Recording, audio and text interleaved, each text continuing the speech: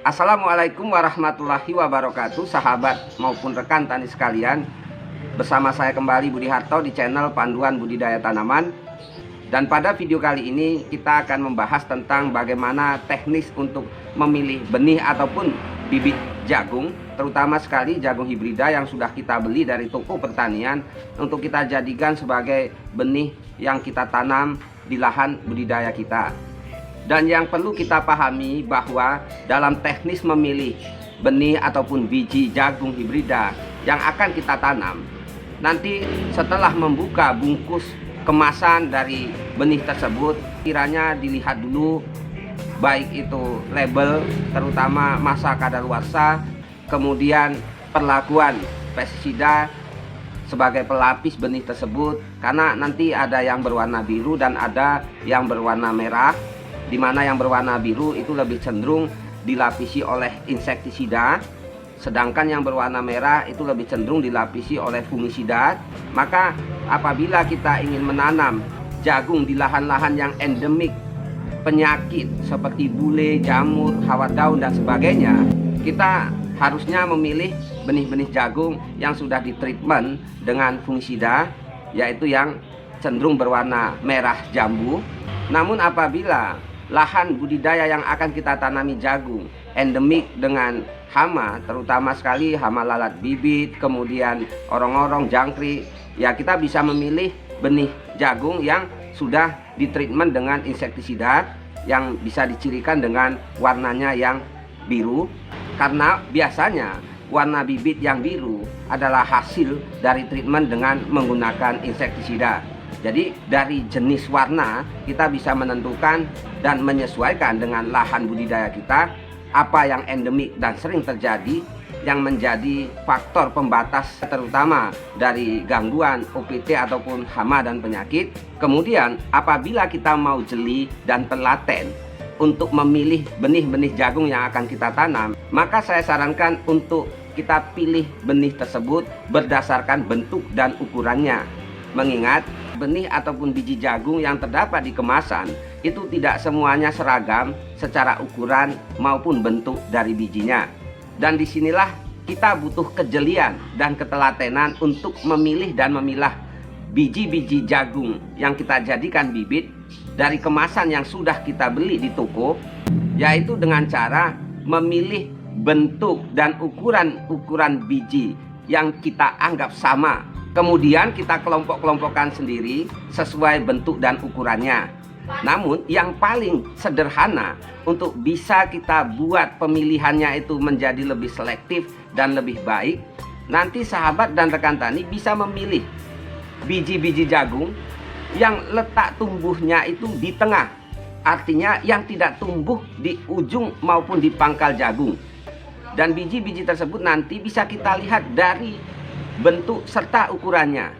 Biasanya bentuknya seperti gigi depan kita yang sudah tanggal, itu menandakan bahwa biji-biji tersebut dulunya tumbuh di bahagian tengah tongkol jagung. Dalam hal ini saya mengambil referensi berdasarkan kebiasaan orang tua atau nenek moyang kita dulu, di mana mereka ketika memilih biji untuk dijadikan bibit yang akan ditanam, biasanya mereka akan mengambil biji-biji yang berasal dari bahagian tengah buah dengan cara membuang biji-biji yang berada di pangkal maupun di pucuk buah. Hal itu bisa kita kaji secara teknis, mengingat biji-biji yang berasal di bahagian tengah buah akan memiliki ukuran dan keseragaman yang hampir sama, mengingat tidak terlalu tua seperti biji-biji yang ada di pucuk buah maupun tidak terlalu muda seperti biji-biji yang ada di pangkal buah. Kondisi ini sangat ideal, terutama dalam hal ketersediaan cadangan makanan pada biji, kemudian kematangan dari embrio yang ada di biji tersebut.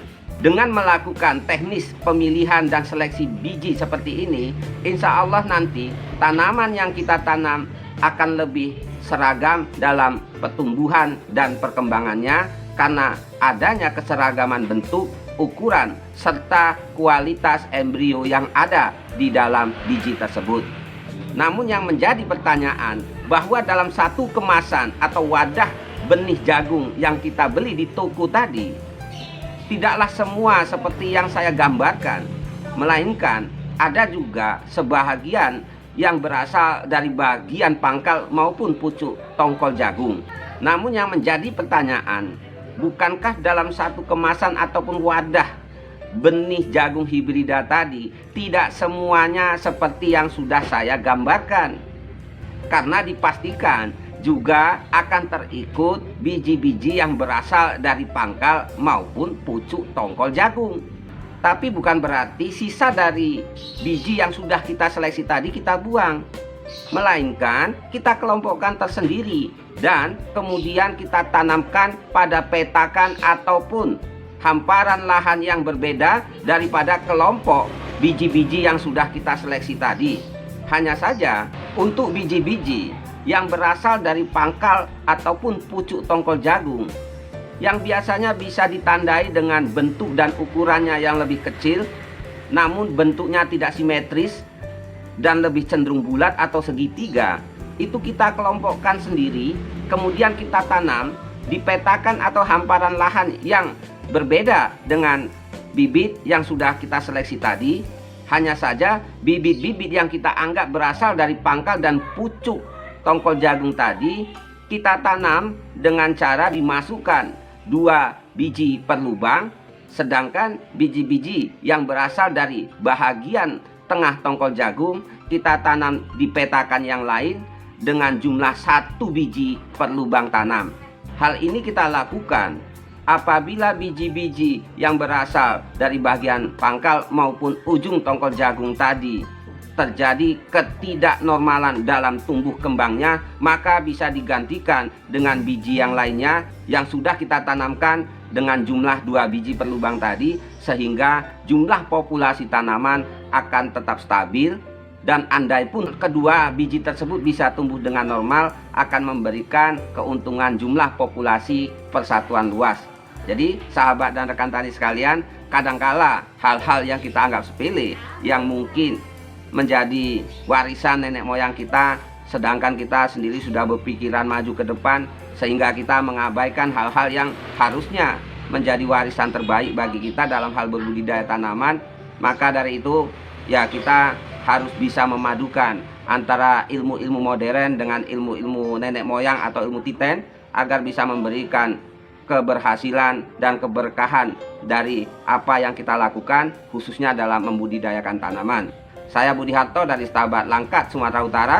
Salam tani, jayalah selalu petani Indonesia. Wassalamualaikum warahmatullahi wabarakatuh.